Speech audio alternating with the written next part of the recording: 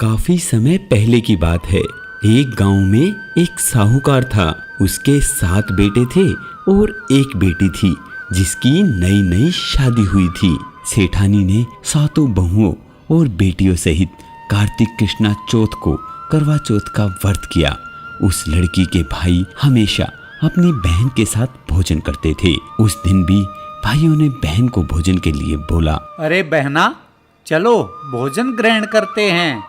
नहीं भैया, आज मेरा करवा चौथ का व्रत है, इसलिए जब चांद निकलेगा तब मैं खाना खाऊंगी।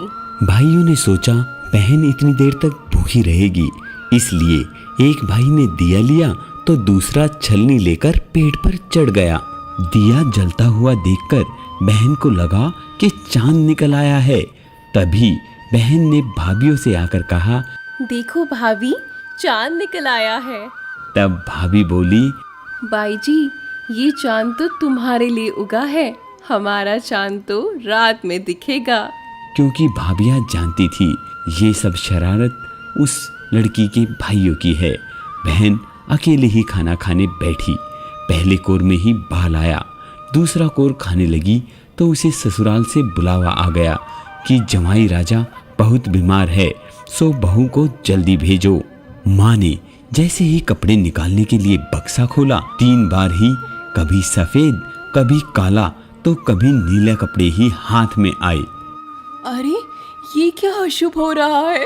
माँ ने कुछ सोचा और माँ ने एक सोने का सिक्का पल्ले से बांध दिया और कहा, रास्ते में सबके पैर छूती जाना और जो तुझे अमर सुहाग का आशीर्वाद दे उसे ये सोने का सिक्का दे देना और खाली पल्ले से गांठ बांध लेना। रास्ते में सब औरतें भाइयों का सुख देखना, भाइयों का सुख देखना की आशीष देती गई। किसी ने भी सुहाग की आशीष नहीं दी। ससुराल के दरवाजे पर पहुंचने पर पल्ले में सोती हुई जेठ की लड़की झूल रही थी। उसे पैर छूने लगी तो वह लड़की बोली, तुम्हारा सुहाग अमर रहे, तुम 7 पुत्रों की माँ बनो। यह वाक्य सुनते ही उसने जल्दी से सोने का सिक्का निकालकर उसे दे दिया और पल्ले से दोबारा गांठ बांध ली। अंदर गई तो पति मरा पड़ा था। बहू ने अपने मरे हुए पति को जलाने के लिए नहीं ले जाने दिया और बोली, माँ, मुझे अलग से झोपड़ी दे दो, मैं वहाँ अपने मरे हुए पति के साथ रहने लगूंगी, लेकिन मेरे पति को कोई जलाएगा नहीं। मेरे पति ऐसे नहीं मर सकते, नहीं मर सकते। रोज सासू बची खुची ठंडी बासी रोटी दासी के साथ भेज देती और कहती, करवा ले भाइयों की प्यारी, करवा ले, दिन में चांद देखने वाली, करवा ले। थोड़े दिन बाद माँ की तिल चौथ आई और बोली, मेरे उजड़े हुए सुहाग को वापस लौटाना होगा माँ, मेरे पति को जिंदा करना होगा। मुझे मेरी गलती का पश्चाताप है, मैं आपसे माफी मांगती हूँ माँ, मेरे पति को जिंदा कर दो माँ, मेरे पति को जिंदा कर दो। तब चौथ माता बोली, मैं भला कौन होती हूँ तेरे पति को जिंदा करने वाली। बैसाख माह की बैसाखी चौथ आएगी और वही तेरे पति को जिंदा भी करेगी। और इसी तरह बैसाखी चौथ आई। नहीं पुत्री, मैं कुछ नहीं कर सकती। भादवे की चौथ आएगी, वही तुम्हारे पति को जिंदा भी करेगी। तब कुछ महीने बाद भादुड़ी चौथ आई। स्वर्ग से चौथ माता उतरी और वहीं सब बातें कहने लगी। तब उसने चौथ माता के पांव पकड़ लिए। चौथ माता बोली, पुत्री, तुझसे कार्तिक की करवा चौथ माँ नाराज है और वही तुम्हारे सुहाग को जिंदा करेगी। इसलिए कह रही हूँ कि तू उसके पैर मत छोड़ना, क्योंकि वही तेरे पति को अमर कर सकती है। अगर तूने उसके पैर छोड़ दिए तो उसके अलावा तेरे पति को कोई जिंदा नहीं कर सकता। कार्तिक का महीना आया। स्वर्ग से चौथ माता उतरी। चौथ माता आई और गुस्से से बोली, भाइयों की प्यारी, करवा ले, व्रत तोड़ने वाली, करवा ले, दिन में चांद देखने वाली, करवा ले।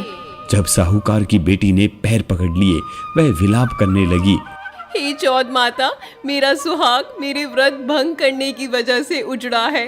मैं ना समझ थी। मुझे इतना बड़ा दंड मत दो, मुझे इतना बड़ा दंड मत दो माँ। मेरा सुहाग जिंदा कर दो माँ, सुहाग जिंदा कर दो। तब चौथ माता बोली, पापिनी, दुष्टनी, मेरा पैर पकड़कर क्यों बैठी है? छोड़ मेरा पैर। मेरी बिगड़ी हुई आपने ही बनानी होगी। मुझे सुहाग देना ही होगा माँ, क्योंकि आप जग की माता हैं। आप सबकी इच्छा पूरी करने वाली हैं माँ।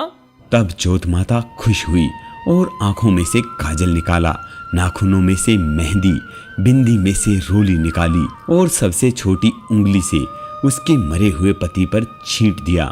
छींटे देते ही उसका पति बैठा हो गया और बोलने लगा, मुझे बहुत नींद आई थी, बहुत दिनों बाद आँख खुली है।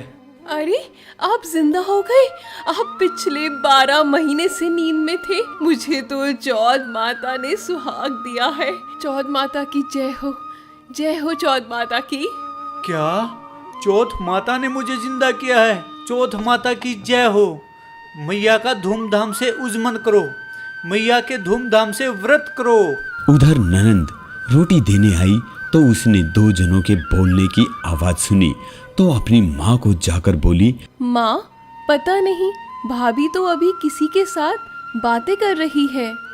तब सासू ने जाकर देखा कि बहू व बेटा दोनों जीम रहे हैं, वे चौपड़ पासा खेल रहे हैं। देखकर वह बहुत खुश हुई और पूछने लगी, अरे, ये कैसे हुआ? मेरा बेटा तो मर गया था ना।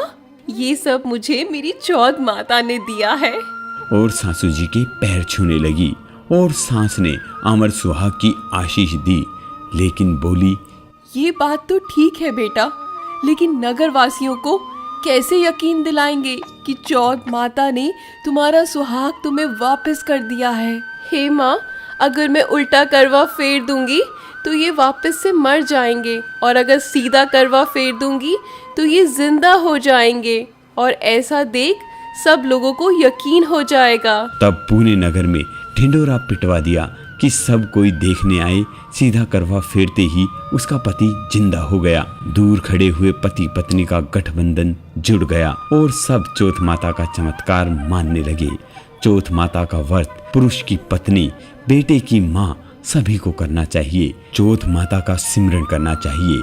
चौथ माता जैसे साहूकार की बेटी का सुहाग उजाड़ा, वैसे किसी का नहीं उजाड़ना। जैसा वापस उसके पति को जीवित कर दिया, वैसा सभी का करना।